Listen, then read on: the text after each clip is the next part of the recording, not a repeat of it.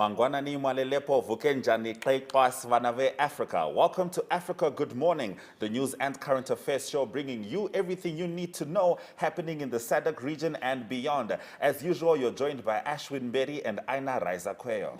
Happy Wednesday, everyone. I love Wednesdays because it's Women's Day, but also today, funny enough, is Ask a Stupid Question Day.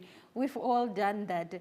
Had that question we wanted to ask, that just sounded astoundingly stupid. We were embarrassed that it even occurred to us, and worse, that we didn't know the answer when it seemed so simple. The truth is, there is no such thing as a stupid question, except the ones that you choose not to ask. Ask a Stupid Question Day encourages you to overcome your fears of sounding uneducated and opening yourself to learning by asking the stupidest of questions. And here is more on that.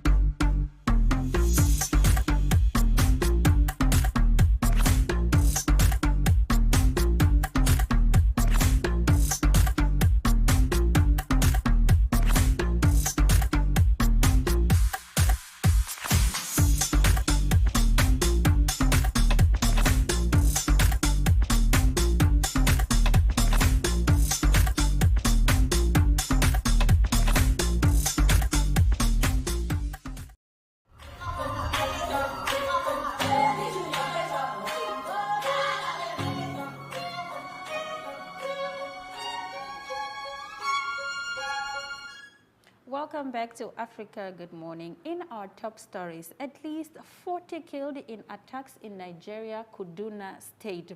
More than 40 people have been killed since Sunday in two village attacks by gunmen in northwestern Nigeria, where a military base was also attacked by suspected jihadists, authorities said on Monday. Soldiers were dispatched to the scene of the attack, where they came under fire before forcing attackers to retreat after intense gunfire, the official added.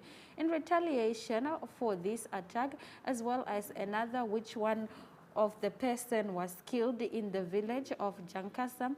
8 people were killed, 6 were wounded, and several houses destroyed in villages of Kesesere by unidentified men, according to a new statement by Master Arona and issued earlier on Monday evening.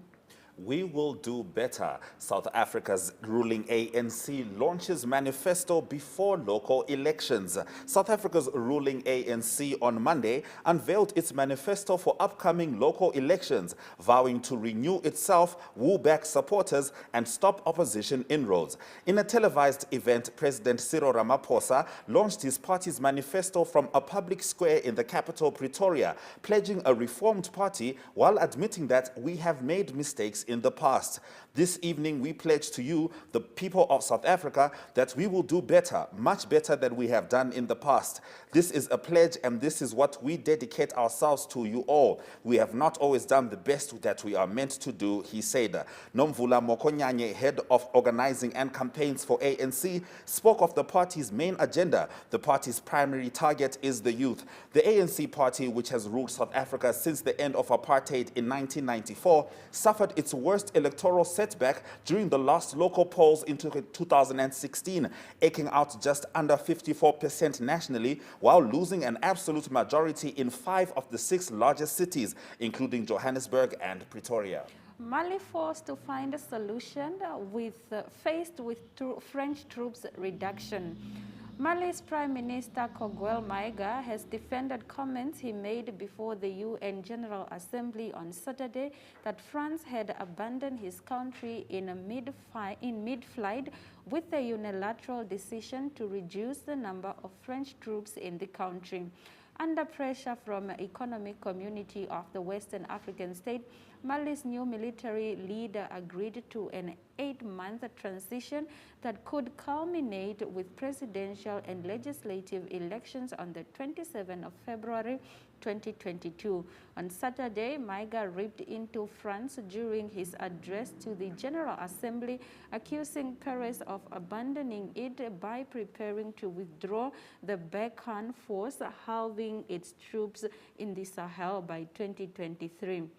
When I say we were abandoned in mid-flight, it's because we found out about the downsizing through the media, whereas we had a defense agreement, Maiga said.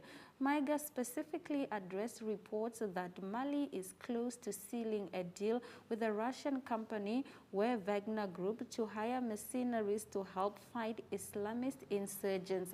Fighters working for Wagner have been accused of abuse in Syria, Libya, and Central African Republic. In our next story, Tunisia, unprecedented confiscation of power by the presidency. The promulgation of the presidential decree number 117, implicitly abrogating the constitutional order in Tunisia, is a first step towards authoritarianism. According to Presidential Decree 117, the Constitution of 2014 was suspended except for the preamble and the first 2 chapters on general provisions and rights and freedoms.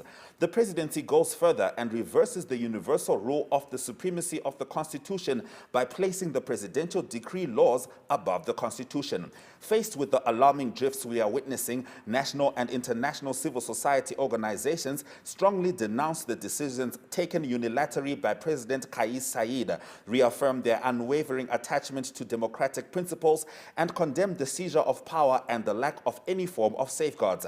The people undertake to support any process aimed at overcoming the current political and constitutional crisis on the condition that it respects the rule of law, human rights guarantees, and the democratic expression of the aspirations of the people. Nigerians mourn troops killed in jihadist attack. Nigerians buried the victim of jihadist attack.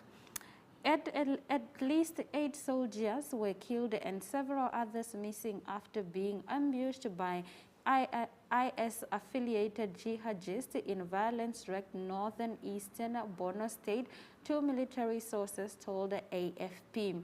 A military convoy came under rocket fire by Islamic State West African province militants as it made its way between the town of Dikwa and Marte in the Lake Chad region, the sources said. 8 other soldiers and an anti-jihadist militiaman were injured in the attack, a military officer said. It was the second high-profile attack in less than 2 weeks by ISWAP jihadists who are waging a 12-year Islamist insurgency in Nigeria's northeast. Africa needs 7-fold rise in COVID-19 vaccine shipments. COVID-19 vaccine shipments to Africa must rise by over 7 times, from around 20 million per month to 150 million each month on average, if the continent is to fully vaccinate 70% of its people by September 2022. The 70% target was agreed at the Global COVID-19 Summit hosted by the United States of America on the margins of the United Nations General Assembly this week. At the summit, the United States pledged to share 500 million more COVID-19 vaccines to low-income countries over the next year, bringing its total pledges to more than 1.1 billion doses. The COVAX facility, the global platform to ensure equitable access to COVID-19 vaccines, has been forced to slash planned deliveries to Africa by 25% this year due to global supply shortages and export bans. While Africa's third wave continues to ease, 108,000 new cases were recorded and more than 3,000 lives lost in the week to 19 September. There have now been nearly 8.2 million COVID-19 cases recorded on the continent. The Delta variant has been found in 38 African countries. The Alpha variant has been detected in 45 countries and the Beta in 40.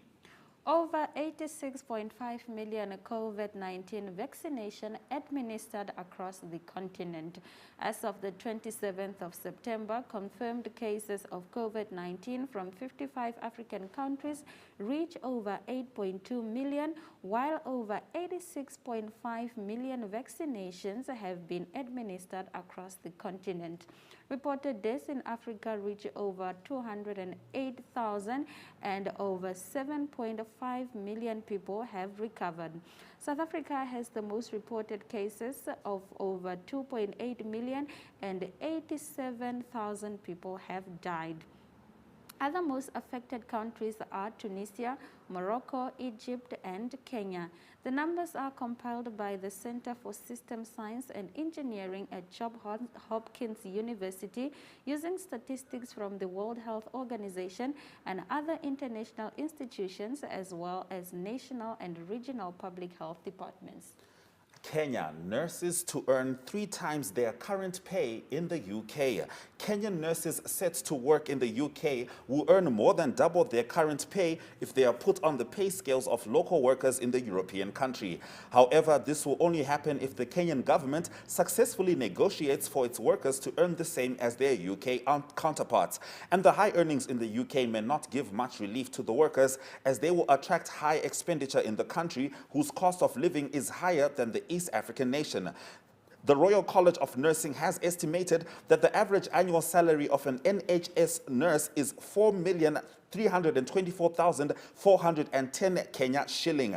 Health Cabinet Secretary Mutahi Kagwe did not give further details on the ongoing talks, but said the government will not get a percentage of the cash that Kenyan nurses will make in the UK, adding that they negotiate for the nurses to have the nurses' workmen compensation, insurance and gratuity. So far, 3,329 nurses have expressed interest in the jobs, and those who qualify are expected to travel to the UK in mid-October.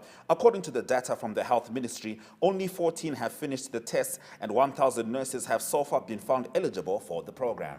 Mozambique government approves a reconstruction plan for Cabo Delgado.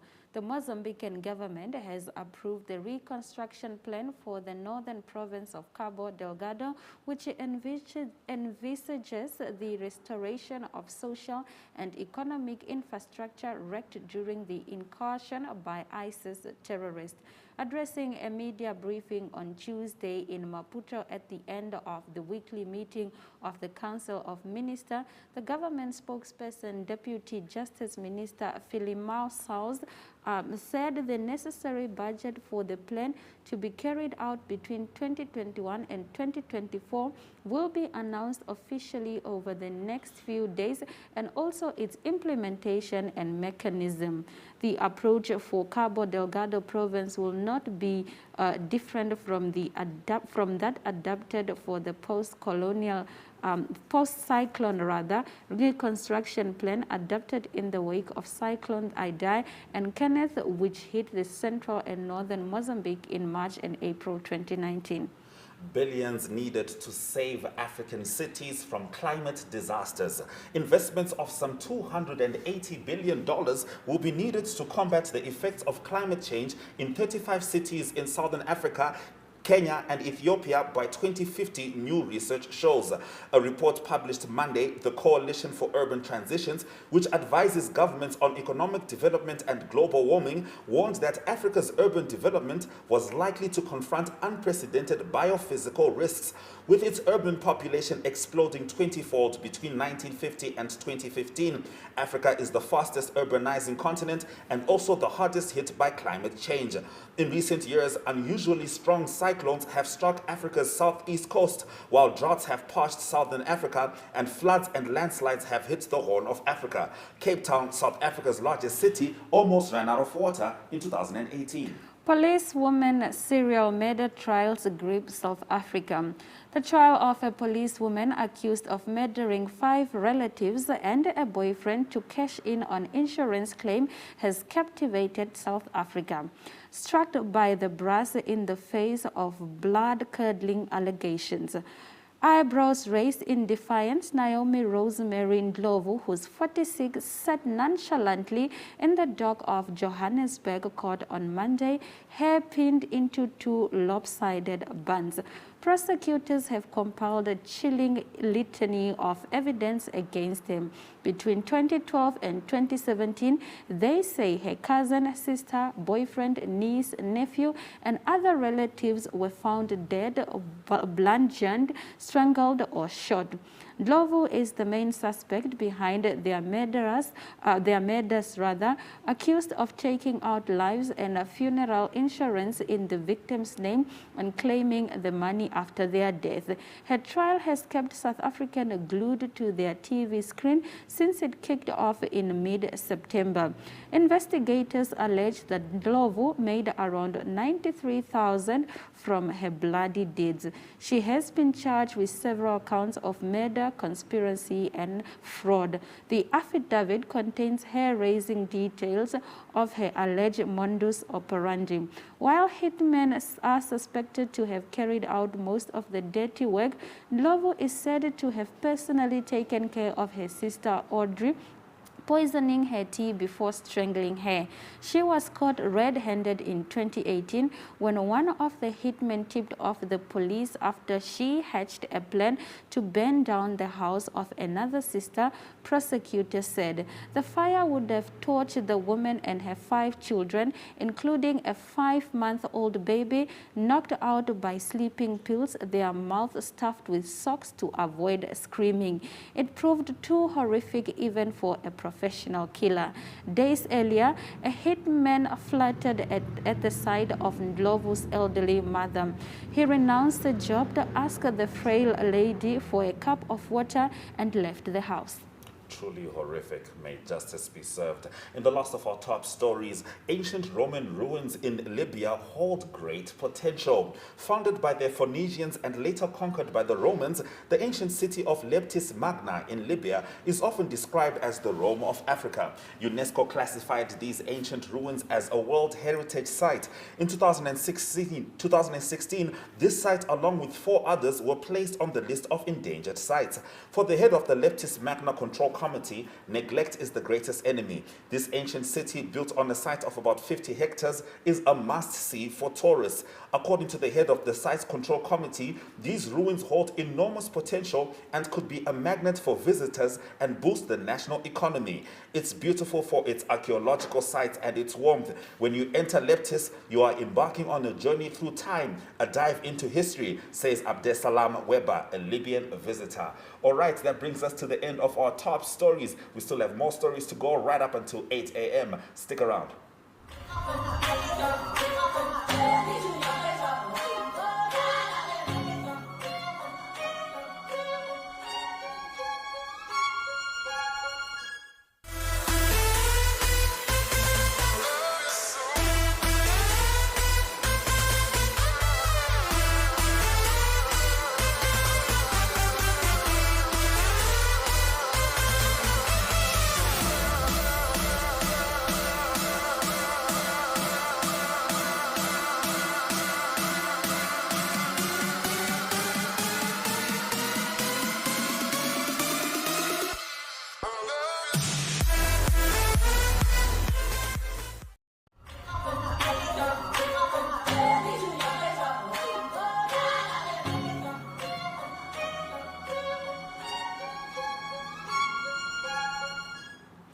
A Namibian academic who works as a lecturer in financial risk management at the Stellenbosch University in South Africa recently donated 30,000 to Shikesha Primary School in the Oshikoto region. The donation is to help the school embark on project building teachers' office space.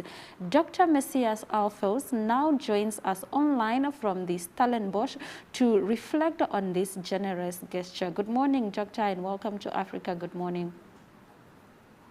Good morning, and thank you for having me. Greetings from Stellenbosch University. All right. What inspired the donation, and what is your attachment to the school? Well, thank you. In 1996, I was taken out of school and then to take care of my grandfather's livestock. I was fortunate in 1998 that I was able to join Antony Primary School. At that time, it was formerly known as Antony Primary School. So I was able to join grade 3 and grade 4. So I'm very grateful to the school because if it wasn't because of them, I couldn't have proceed with my school because Andoni is a community that thinks that farming livestock is the cream of the crop, and education, they don't put value into education. So I just, after 20 years, I went back last year and I decided to do a fundraising in order to build teachers office because the school is still in a poor condition, although the government has done numerous efforts to make sure that they brought some new advancement to the school. All right, now being a former learner yourself, what was your experience at the school during that time? Okay, well, it was interesting. There were only two teachers at the school at that time, and there were only grade one up to grade four. Grade one and two they were in the same class, and grade three and four were in the same class. So we were taught just by two teachers, and it was very hard because these teachers experienced a lot of problems. Firstly, they have to deal with a culture that believes that school is not important, and they have to deal with learners that feel like, hey, look, why are we going to school if we are not motivated? The teachers really work very hard to make sure that they provide advanced level of solid primary school education. So that I commend them for their effort that they've done, and it was tough starting primary education in that community. It was very tough, but I'm very grateful to the teachers for their being very resilient in making sure that they provide a solid foundation for primary school education. The teachers used to say I was very playful, and but in terms of I used to play in the sand. But I think it was interesting to study in a community. All right. Is the donation a once-off initiative, or do you plan to raise funds in the future to help the school and needy learners? Thank you for that question. The idea is that um, I was once helped off by Namibian people, and I was sponsored by various institutions in Namibia, and I feel like I have something to give back to the Namibian community. I need to proud back actually. When I look back now to see all the schools that I went, I felt like Andoni was a little bit way behind, and I just felt like I had fundraising. So this fundraising is still ongoing because the 30,000 definitely is not enough to cover the project that I envisioned. So it's still an ongoing, and I'm still looking for other opportunity to see where I can give back to Namibian community because I feel indebted to Namibia. All right, now finally, one may wonder, why are you based in South Africa, particularly at a time when Namibia is yearning for skills? Is it a question of lack of befitting opportunities back home, or is it the status that comes with, teaching at an elite university such as Stellenbosch? We'd love to hear your answer. Wow, an interesting question indeed. Good question. Well, like I told you, I have Namibia at heart. I am someone that always wanted to give back to Namibia in terms of the skills. I studied quantitative finance, which is a field which is with a scarcity skills in Namibia. And I've been looking for opportunity in Namibia. I applied to various institutions in Namibia, but I couldn't get a opportunity.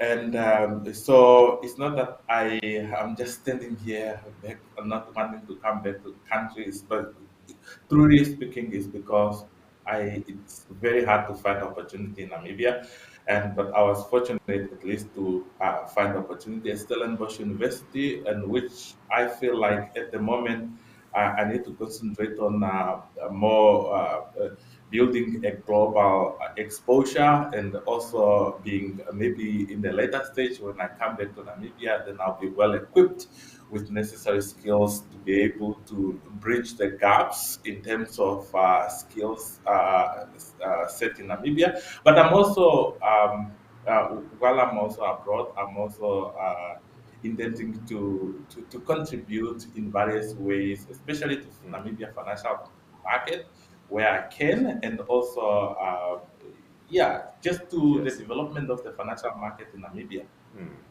All right, thank you very much, Doctor. It's not just Shikesho Primary School which appreciates you. I'm sure Namibia appreciates all its academics abroad who are doing their best to give back to the land of the brave. Thank you for joining us on Africa. Good morning. No, thank you very much. Wonderful. Goodness, I love this show. You Yeah. always get information where you need to get it. All right, we'll be taking a short break. We'll be back after that.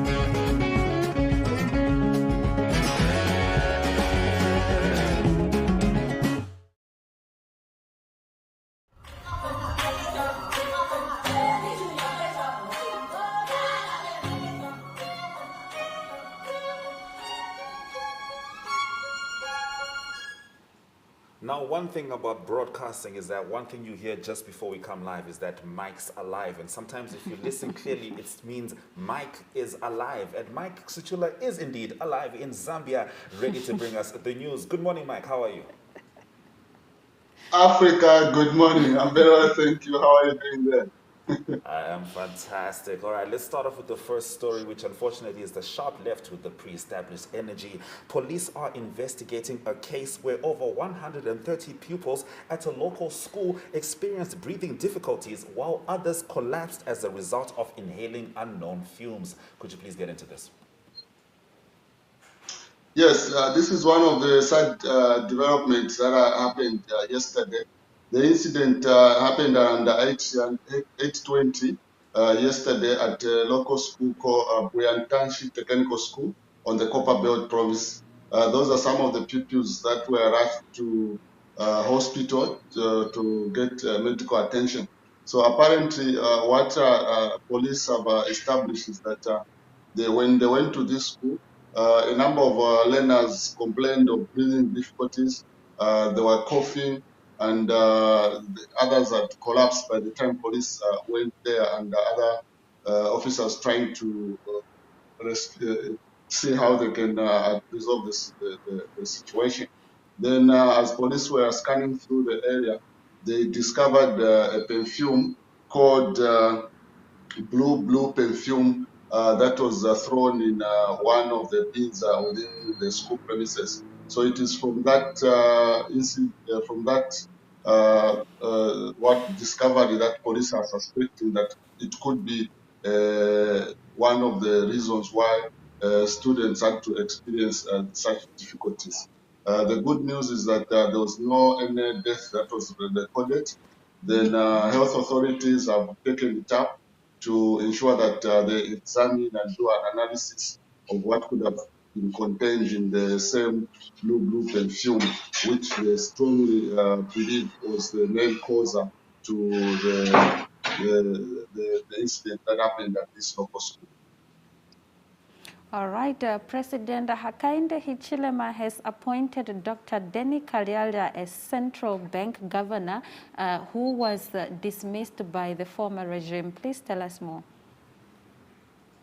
Yes, upon his arrival from the United States of America, where I had gone to attend the 76th, that's the Dr. Kariara. President Hakainde Hichilema has appointed him to become the new governor. This is almost more than a year after his predecessor, the former president Edgar Lungu, had dismissed him. Mr. Kariara was first appointed as bank governor in 2015.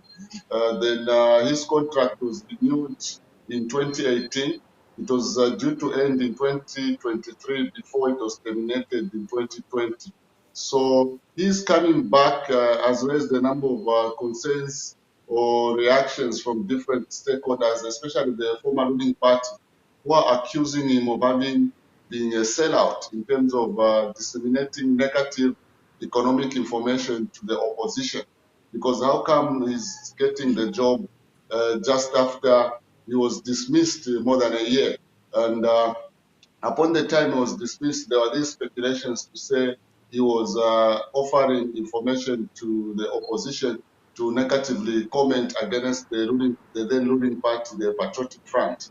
And during his period, the performance of the kwacha against the dollar had skyrocketed.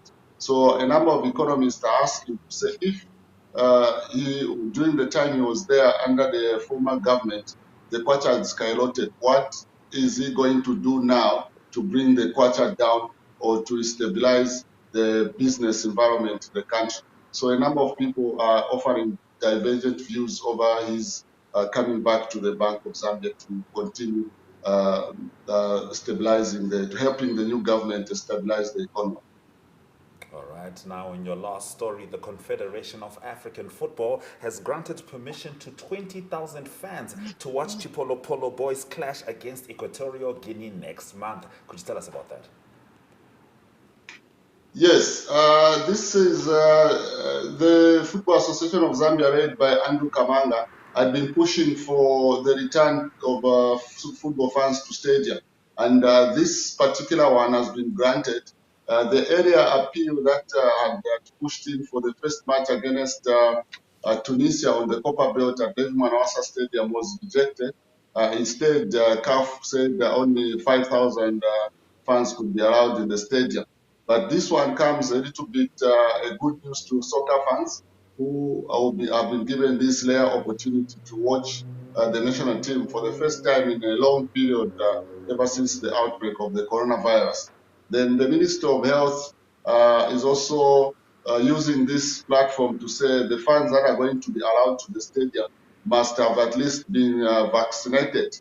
So it's one way of using an opportunity to increase the vaccination rate in the country, which is below 3%, because it has not been done as the government had expected due to a number of reasons. And a number of people are hoping that maybe the new administration are going to scale up in view of the fourth wave, which is coming during the last quarter of 2021 into 2022. So this is a very good news for Zambia, and it's just sad news for you in Zimbabwe, where CAF is still resisting not to give more funds back into the stadium. You know what, Mike? I knew you were going to do that. I knew you weren't just going to let it be. Thank you very much for bringing us the news from Zambia, Mike. Thank you very much, Africa. Good morning. Do have a blessed day.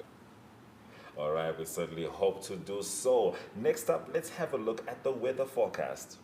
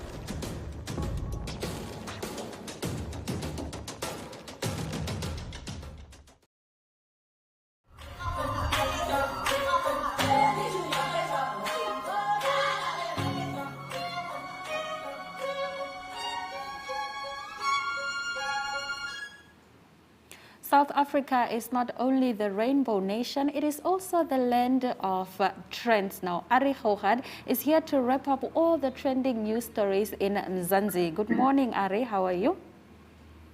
Yes, good morning, Anna. Yes, lots of rainbow, lots of things happening, lots of cultures. So it's intriguing, and then obviously lots of news. So there's lots happening in South Africa.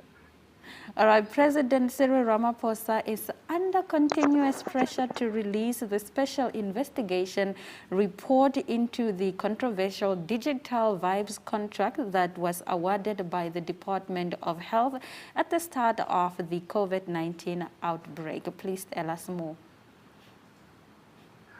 It's been a tough situation for the president. I think it's a tough time to be president of any country. In South Africa, he needs to challenge. He's got challenges on the COVID side, the economic side, and obviously the ANC as well. But yeah, the digital vibes situation, that is the former Minister of Health was really Mkhize there with the president.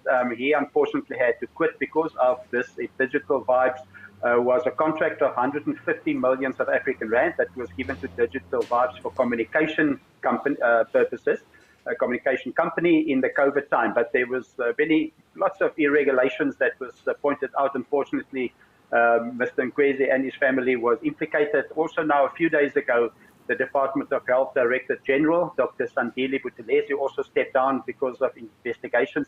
So there's widespread allegations, but the pressure is on the president to release the report that was already in his hands for a few months, but it's not been released yet. That is Dr. Sandile Buthelezi. And lots of allegations to the extent that there's allegations of 100 million, as much as 100 million funneled to implicated parties. So trips to Turkey and also companies that were set up, etc., etc. So that needs to be investigated still. But unfortunately, in a time of COVID, it was a very sad day that is implicated with the Department of Health to this extent. All right, now in your second story, the National Institute of Communicable Diseases has announced that South Africa has officially exited the third wave of coronavirus infections. Could you tell us about this? Yeah, at the moment it's still level 2. There will be discussions this week to maybe take it down to level 1. I think that's been more in the news was how the world sees South Africa at the moment, especially linked to tourism, and that you can see with how the United Kingdom have reacted and kept South Africa on their red list for traveling. So that's an indication how the world outside sees South Africa. And I think, lots of opinions and statements was made by economists that it will probably only change when the vaccination process gets more momentum in South Africa. It's at the moment 8.5 million people that's been fully vaccinated. And the UK has not opened. They've kept South Africa on the red list for traveling. Just to compare it, countries that South Africa would be comparable, I would say, in dealing with COVID-19 have been taken off the red list and been put on the amber color list for the UK for traveling. So at the moment, the United Kingdom say we're worse off than these 4 countries. And if I mention them, you can make your own assumption if we compare to them well or not. It is Egypt, Bangladesh, Pakistan, and Kenya have all been taken off the red list in the United Kingdom, but South Africa is still kept on there. So there's discussions. Obviously, the Delta variant is a factor, but the departments, South Africa and the UK, talking to each other. Obviously, December coming up, but at the moment, it's still red list. New data shows that South Africa's unemployment problems remain in the second quarter as employment in the formal non-agriculture sector fell by 86,000. Yes, that's concerning. Obviously, COVID-19 plays a role, but there were alarm bells ringing just even before COVID-19 started.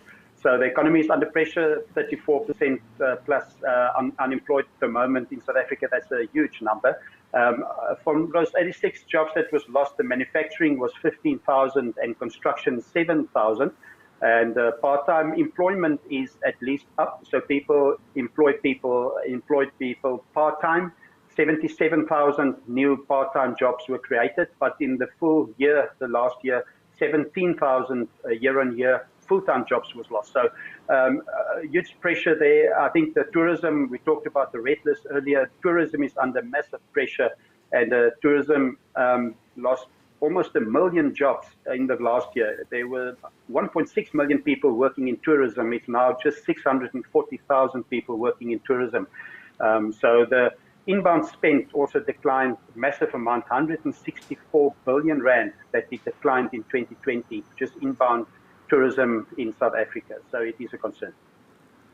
All right, now the prestigious 2022 Dakar Rally is just a few months away, and there will again be strong South African representation. Tell us about that. We're searching for some good news, and that's good news. Hopefully they can win.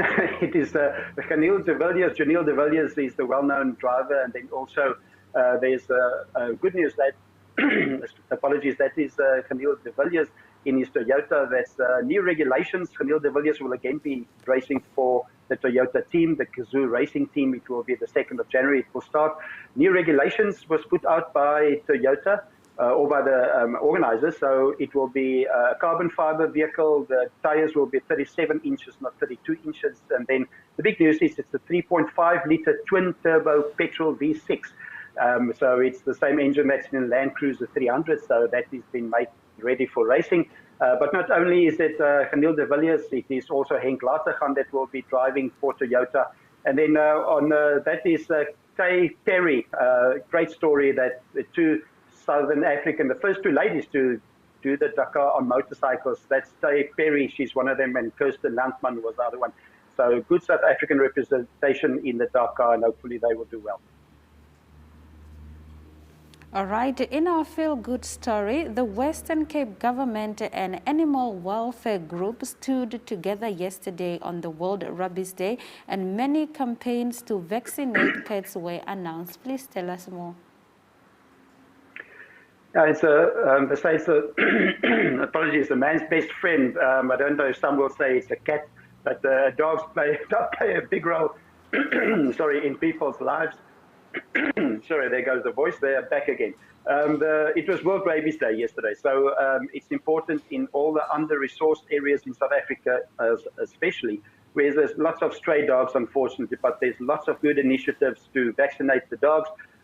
That's Beagle getting a vaccination, and there's a drive to get 70,000 vaccinations in, or rabies shots in by the end of the year. That is only in Cape Town, and there's been 2 cases of rabies in the Khayelitsha area, but everybody's doing a great job. There's going to be a mass vaccination day on the 2nd of October from 9 a.m. in Cape Town. Animal clinics helping there as well. So hopefully, I know that I've got a beagle dog as well, and I pray every day that that will help me to be the person that my dog thinks I am. So hopefully people will look after their dogs. They're an important part of our life. Hey, I've got a Jack Russell myself, and I can relate. Thank you, Ari, for bringing us the news from South Africa. Pleasure. Have a great day, everyone. Bye-bye. All right, that brings us to the end of our update on South African news stories. After the break, economic news.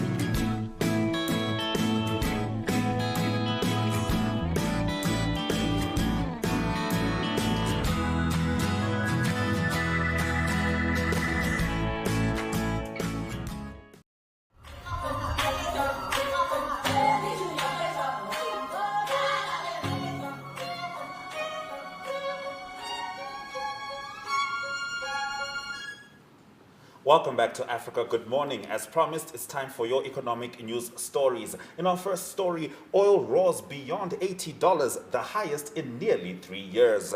Brent oil roared beyond $80 a barrel on signs that demand is running ahead of supply, depleting inventories amid a global energy crunch. The leading crude benchmark rose for a sixth day to hit the highest since October 2018.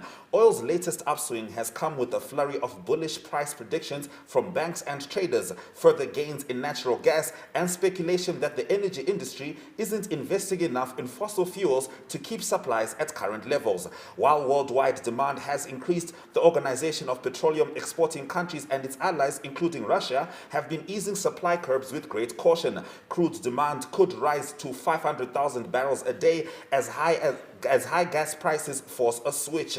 Inventory draws are the largest on record, and OPEC Plus can't restore the market's balance, Goldman Sachs Group Inc. said in a note earlier this week. Tourism sector lost 164 billion rand in spending by visitors in 2020.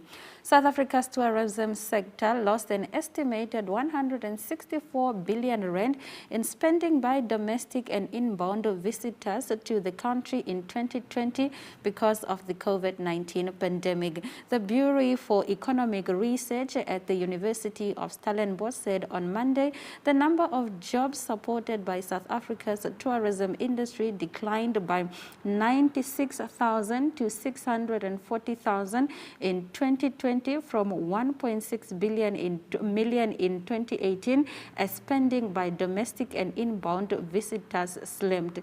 It based the estimated expenditure by domestic and inbound visitors on the decline in visitor ratios and then applied it to 2018 tourist expenditure data, the most recent available data. All right, South Africa has first quarterly primary surplus in 3 years. South Africa recorded its first quarterly primary budget surplus since 2018 in the 3 months through June, a sign that the National Treasury's efforts to bring spending in line with revenue are succeeding. The government's primary balance swung to a surplus of 9.8 billion rand or 0.6% of gross domestic product. A primary surplus which excludes interest costs suggests the state can extract resources from the economy necessary to service debt.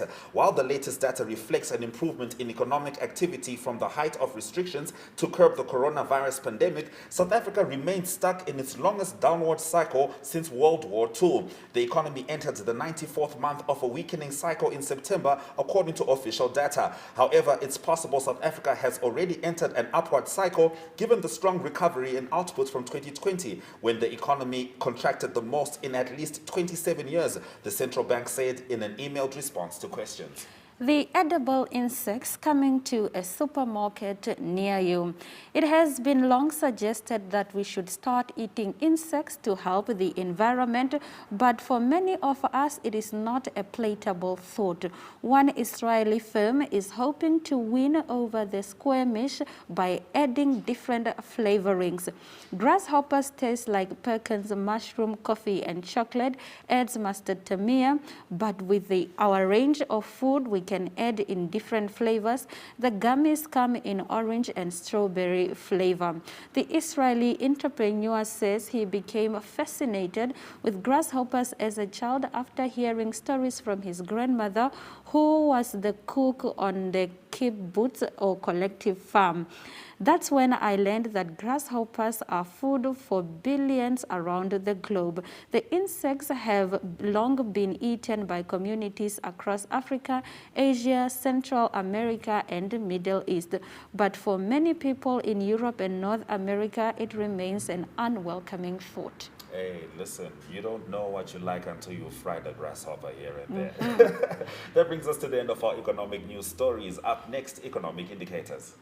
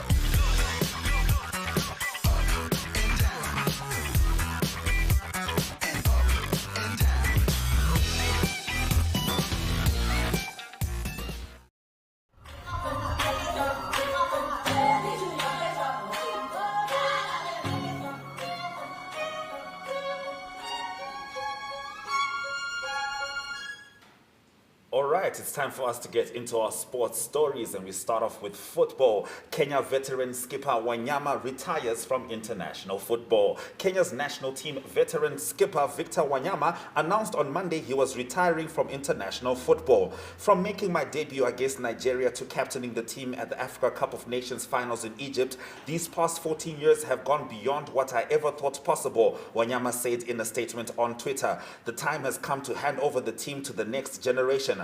Wanyama joined Tottenham in 2016, quickly becoming a fan favorite through his physicality. He was transferred to Major League Soccer club Montreal in March last year in a free transfer from Spurs, and previously had stints with Celtic and Southampton. Victor Wanyama totaled 52 caps and 7 goals in a 15-year-long career representing Kenya. Africa shines in World Rugby 7 series.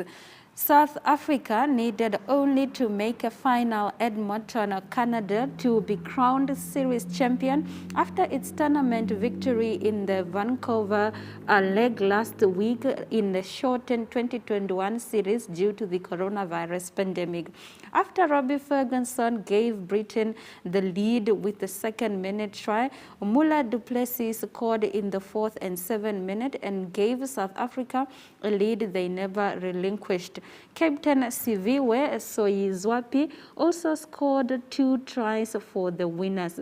South Africa once again dominated the competition with an incredible 251 points scored in 6 games, conceding only 24.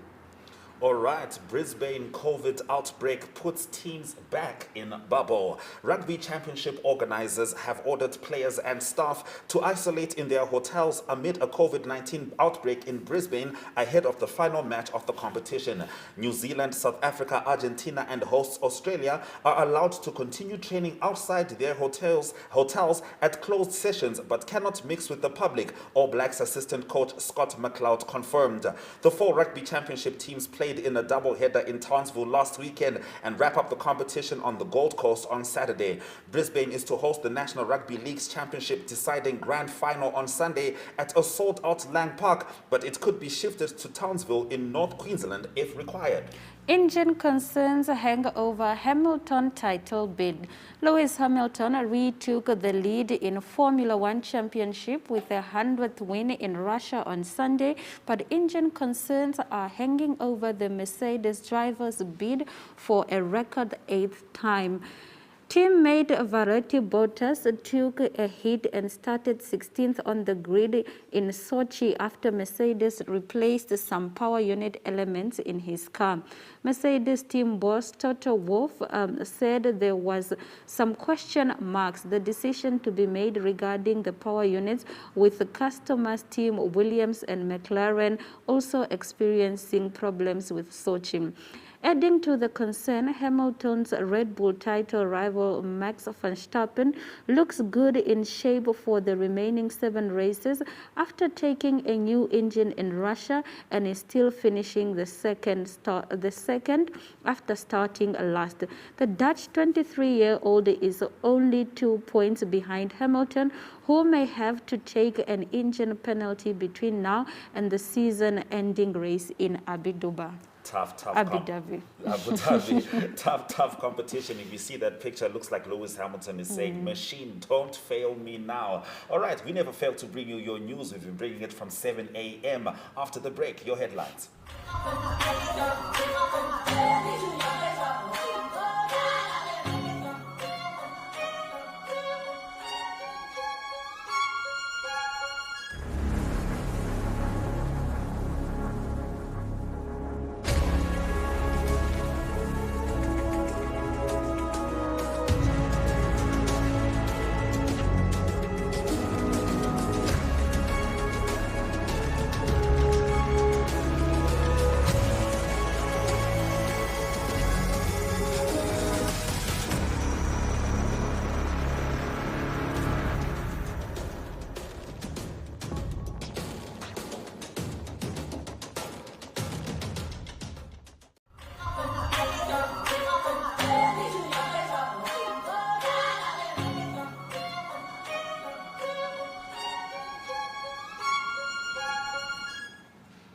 Africa Good Morning continues to bring you all the news and current affairs happening in the SADC region and beyond. Now, if you missed our top stories at the top of the hour, or if you need a recap, worry not. Here are the headlines.